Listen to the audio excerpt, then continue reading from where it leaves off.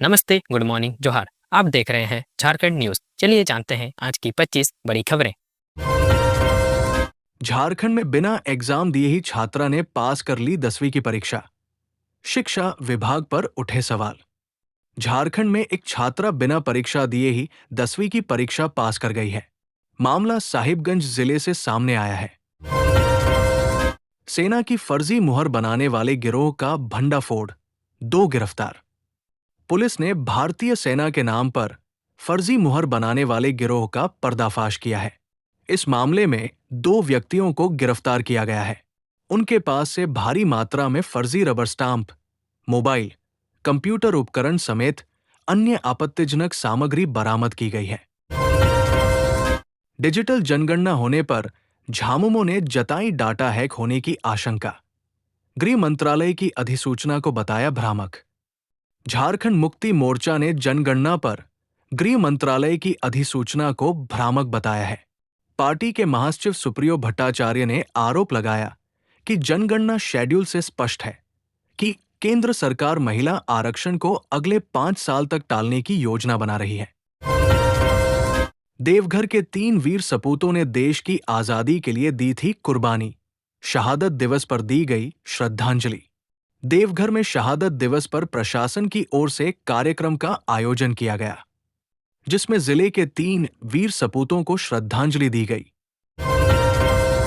Ranchi airport नहीं पहुंच पाई 2 flight, route divert, एक को भेजा गया वापस दिल्ली। जाने वजह, खराब मौसम और भारी बारिश की चेतावनी के चलते सोमवार को Delhi Ranchi Air India flight XB 113 को वापस दिल्ली भेजा गया, जबकि Bhubaneswar Ranchi IndiGo flight IGO 7361 को रायपुर डाइवर्ट किया गया। शैडो DGP से स्पष्टीकरण मांग रहा झारखंड का गृह विभाग बाबूलाल मरांडी। नेता प्रतिपक्ष बाबूलाल मरांडी ने एक बार फिर DGP अनुराग गुप्ता पर निशाना साधते हुए कहा कि वो अब अखिल भारतीय सेवा में नहीं है, न सस्पेंड हो सकते हैं, न ही उन पर विभागीय कार्रवाई लागू होती है और न ही उन्हें वेतन मिल रहा है कि मुख्यमंत्री उसे रोक सके। दीपक प्रकाश ने CM हेमंत सोरेन को दी चुनौती। कहा बिहार चुनाव में नहीं मिले तरजीह तो राजद कोटे के मंत्री को हटाकर दिखाएं।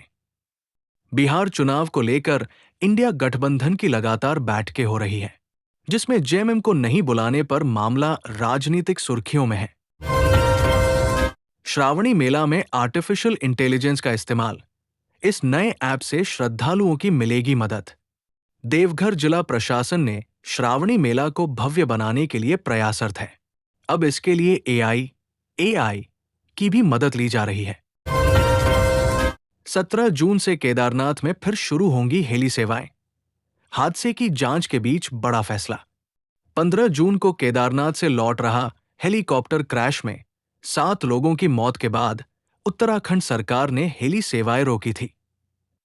अब 17 जून से फिर से हेली सेवा शुरू करने का फैसला लिया गया है, जिसकी जानकारी CEO सोनिका ने दी। सरकारी अस्पताल की पर्ची पर मरीजों को निजी अस्पतालों में किया जा रहा रेफर। सांसद मनीष जायसवाल ने लगाया बड़ा आरोप। हजारीबाग सांसद मनीष जायसवाल ने आरोप लगाया है कि बरही अनुमंडल अस्पताल के डॉक्टर ने मरीज को निजी अस्पताल में रेफर किया है। झारखंड में संवैधानिक पदों पर नियुक्ति की प्रक्रिया होगी शुरू। हाई कोर्ट में राज्य सरकार का जवाब। क्या है पूरा मामला? झारखंड में संवैधानिक पदों पर जल्द ही नियुक्ति प्रक्रिया शुरू की जाएगी। सरकार की ओर से हाई कोर्ट में जवाब दाखिल किया गया है। 4th ग्रेड बहाली विज्ञापन पर बवाल जारी। बर्खास्त कर्मी ने दिया धरना तो युवाओं ने DC कार्यालय को घेरा। जिले में 4th ग्रेड बहाली के विज्ञापन को लेकर बवाल जारी है। बर्खास्त कर्मी के अलावा युवा भी आंदोलन पर उतर गए हैं। सोमवार को बर्खास्त कर्मियों ने जुलूस निकालकर धरना दिया तो वही युवाओं ने DC कार्यालय का घेराव किया। छात्रों का फूटा गुस्सा, परीक्षा नियंत्रक कार्यालय का किया घेराव। रांची विश्वविद्यालय कैंपस में छात्रों ने परीक्षा नियंत्रक कार्यालय का घेराव किया। रांची वासियों को एक और फ्लाईओवर की मिलेगी सौगात। काउंटडाउन शुरू, रातू रोड पर जाम से मिलेगी निजात।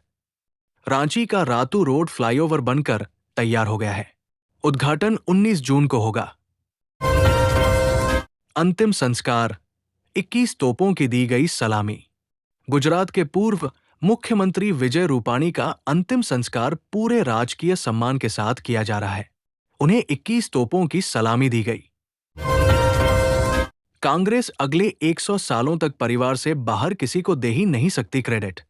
बीजेपी, भाजपा ने कांग्रेस पार्टी पर ओबीसी समाज के साथ धोखा करने और भ्रष्टाचार के आरोप लगाए। ईटीवी भारत की वरिष्ठ संवाददाता अनामिका रत्ना की रिपोर्ट। डीजीपी अनुराग गुप्ता की नियुक्ति और सरकार की नियमावली का मामला, हाई कोर्ट ने प्रतिवादियों को जवाब के लिए दिया एक और मौका।